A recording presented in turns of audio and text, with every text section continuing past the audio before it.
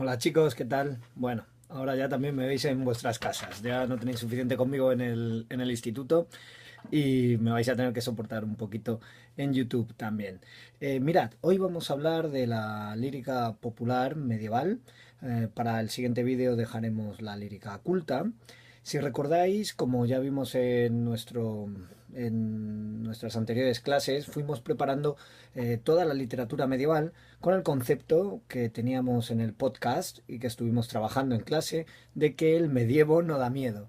Es decir, por supuesto, la literatura medieval conlleva un enorme cambio de mentalidad para el que la trabaja, porque estamos acostumbrados a unos parámetros y a unas formas de ver el mundo muy distintas a las de aquella época. Eso lo vamos a trabajar, por supuesto, pero también quiero que lleguemos a la conclusión de que muchas de las formas de ver el mundo actuales, por ser humanas, son universales y por lo tanto también están presentes en la Edad Media. Así que por favor repasad vuestro podcast. Si recordáis, además, yo creo que eso ya también lo habíamos comentado. Os invitaré a que vosotros mismos también hagáis algún podcast con contenidos que ya iremos trabajando, sobre todo referido a ciertos autores. Y hoy nos vamos a centrar principalmente en la literatura popular y lírica, es decir, en el género poético de estas épocas. Quiero que penséis durante un momento en los dos principales motores de esas literaturas. Por un lado tenemos la lírica, tenemos la lírica que trata más de los sentimientos, em, que surge de lo popular y también de lo íntimo. El sentimiento principal, por supuesto, aquí va a ser el amor. Es el sentimiento, al fin y al cabo, que impulsa, vamos a poner un porcentaje, el 95% de la poesía, incluso hoy en día.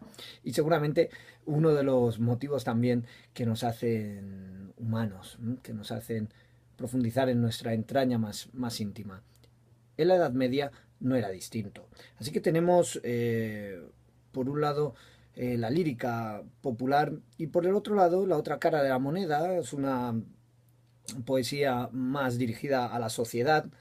No entendamos a lo social, sino más bien a la sociedad, con la épica. La épica, que no es propiamente lírica, ya sabéis, es al fin y al cabo un género que está en la base de la narrativa y que en este caso se dirige al colectivo y que satisface, como nos sucede ahora con las películas y con los cómics y con, al fin y al cabo, también los videojuegos, la necesidad de tener héroes. Ahora nuestros héroes los seguimos en Instagram, si son héroes reales, o en las películas, si son héroes inventados, o en la televisión, si son héroes mixtos, inventados casi o no inventados, y en su época lo que se podía seguir de un héroe eran las recitaciones de los juglares, recitaciones o, para hablar con propiedad, los cantos de los propios juglares que siempre se acompañaban por algún instrumento musical para el desarrollo, perdonadme, de su tarea.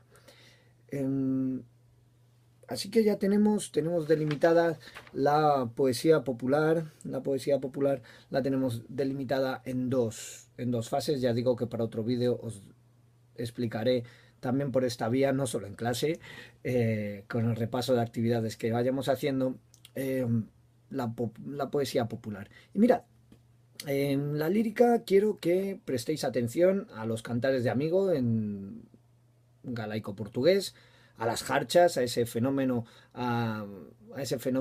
arqueológico que estuvieron hasta 1948 absolutamente ocultas a los ojos de los lectores, hasta que Stern las consiguió sacar adelante, y se dio cuenta de que eran literatura aljamiada, mozárabe. Y por otra parte, en lo que es puramente castellano, los villancicos, atención, los villancicos luego tendrán un contenido navideño, pero en este caso, en lo que nos ocupa ahora mismo, son poemas con un estribillo en los que no tiene por qué haber temática en absoluto religiosa. Normalmente encontraremos de nuevo villancicos de amor y las serranillas que serán populares y luego serán también, sobre todo en épocas pre-renacentistas, como también les sucederá a los villancicos, obras cultas. Así que tendremos constantemente el motivo de los amantes separados, el motivo de los amores prohibidos, el motivo de los amantes incomprendidos por la sociedad de una manera u otra. Chicos, fijaos, la literatura siempre habla de nosotros, como hemos dicho tantas veces, y en este caso también.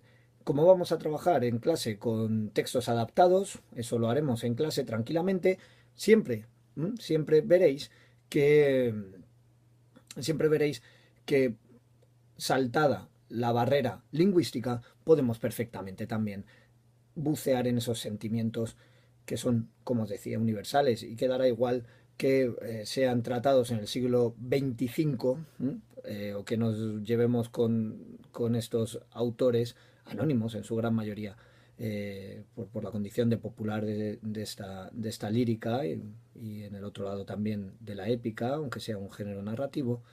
Eh, Aunque nos llevemos con ellos 800 años, compartimos las mismas inquietudes. En cuanto a la épica, nos centraremos en el Cantar de Miocid, id investigando ya por vuestros medios. Sabéis que hay adaptaciones cinematográficas más o menos afortunadas, una antiquísima con Sofía Loren y Charlton Heston, por ejemplo, y, y ya el año pasado los trabajamos, así que volved sobre esos apuntes, volved sobre vuestros propios trabajos sobre Rodrigo Díaz de Vivar y pensad, esto es la ampliación para este año. La poesía lírica popular es breve, sin embargo la épica es larga. Es larga por muchos motivos. Las historias se van enriqueciendo, las historias necesitan un desarrollo y además, y esto es fundamental, tened en cuenta que hay una cierta relación comercial también entre los juglares y y su público. De manera que, bueno, no estaba tampoco mal que estas representaciones duraran, como era el caso en algunos momentos, más de un día. El Cantar de Miocid tiene casi 3.000 versos, así que imaginad la longitud. También veremos que la rima, que se distribuye en las estrofas propiamente épicas, llamadas tiradas, va a contribuir a que la memoria del juglar pueda ir recuperando los fragmentos que va poco a poco, que va poco a poco cantando. Y también vamos a ver, por supuesto, que le ayudarán los epítetos épicos, como el de Miocid, que ya trabajamos en su momento, el que en buen hora ciñó espada, por ejemplo. Recordad también, y esto también lo abrimos este año nuevo, esto es un contenido nuevo al que quiero que prestéis mucha atención y lo conocéis ya. La épica castellana se divide en ciclos. Tenemos 3 ciclos de épica castellana y me diréis, ¿qué son los ciclos? Pues mirad, un ciclo actual es Harry Potter, un ciclo actual son los héroes de Marvel, un ciclo actual es la Guerra de las Galaxias, es decir, todas las historias que tratan de un héroe y el universo que se crea, el mundo que se crea alrededor de ese héroe, con personajes secundarios que pueden tener sus propias historias. Pienso de nuevo en todo lo que podéis tener vosotros alrededor, en el Hobbit, en Harry Potter, como os decía antes, en las sagas de un tipo u otra de la que vosotros sois fan. De una al menos lo sois, seguro. Lo hemos hablado muchas veces en clase también. Así que los 3 ciclos castellanos serán la épica carolingia, es decir, toda aquella que trata de Carlomagno y de Roldán, que tendrá además luego un recorrido que ya veremos en los romances. Otra épica que trata del nacimiento de Castilla, primero como condado, y una tercera que es el ciclo del Cid.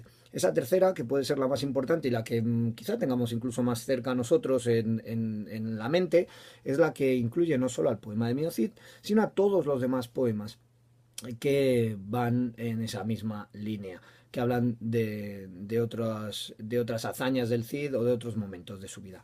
Bien, este es un resumen muy breve con el que quiero que empecéis a trabajar. ¿Qué vamos a hacer a partir de ahora?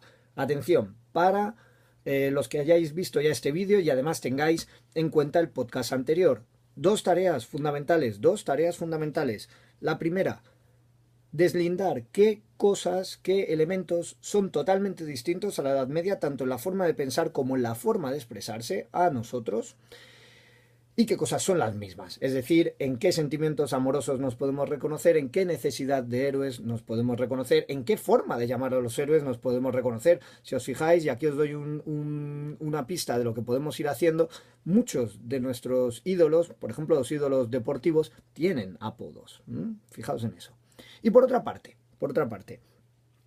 algo que me parece también fundamental y que tenemos que trabajar como segunda pieza de nuestra explicación. Atención, muy importante, tenéis una antología de textos y otra de tópicos. A la de los tópicos iremos poco a poco acercándonos, ya hemos hecho Carpe Diem, ya hemos hecho Tempus Fugit, ahora nos vamos a acercar también dentro de poco al amor y a la muerte, ir echándole un vistazo a los textos medievales que aparecen en nuestra antología, la que hemos ido preparando en estos meses, y también a todo lo que aparece en los materiales escritos del curso en cuanto a,